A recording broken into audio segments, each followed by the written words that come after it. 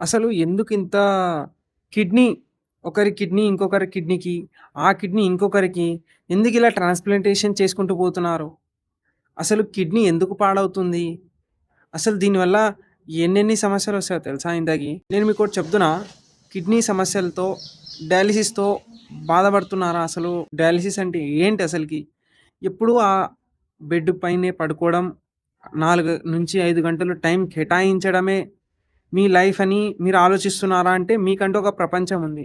మీరు చూస్తున్నారు గదా వెనకిల. మీకంటూ నడవడానికి ఉంటుంది. మీ లైఫ్ ఉంటుంది మీ దగ్గర. మీ చేతిలో ఉంటుంది. తిరగాలని ఉన్నప్పుడు డయాలిసిస్ బెడ్ మీద చేసుకోవడం అంత అవసరమా మనకి అని అనిపిస్తుందా మీకు గూడా? సొల్యూషన్ కానీ వన్స్ కన్సల్టేషన్ కూడా ఉంటుంది.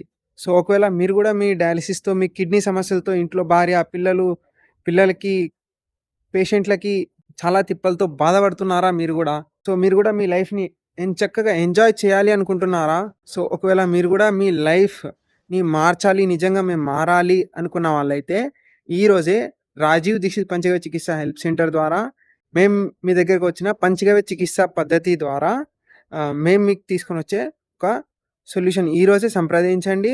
మరియు ఈ వాట్సాప్ నంబర్‌కి మీరు హాయ్ అని మెసేజ్ పెట్టండి. మిగతా డీటెయిల్స్ అన్నీ మీకు వాట్సాప్ ద్వారా షేర్ చేయబడుతుంది. సో, ఇట్లు మీ ఉస్తాద్ సూరజ్ కుమార్.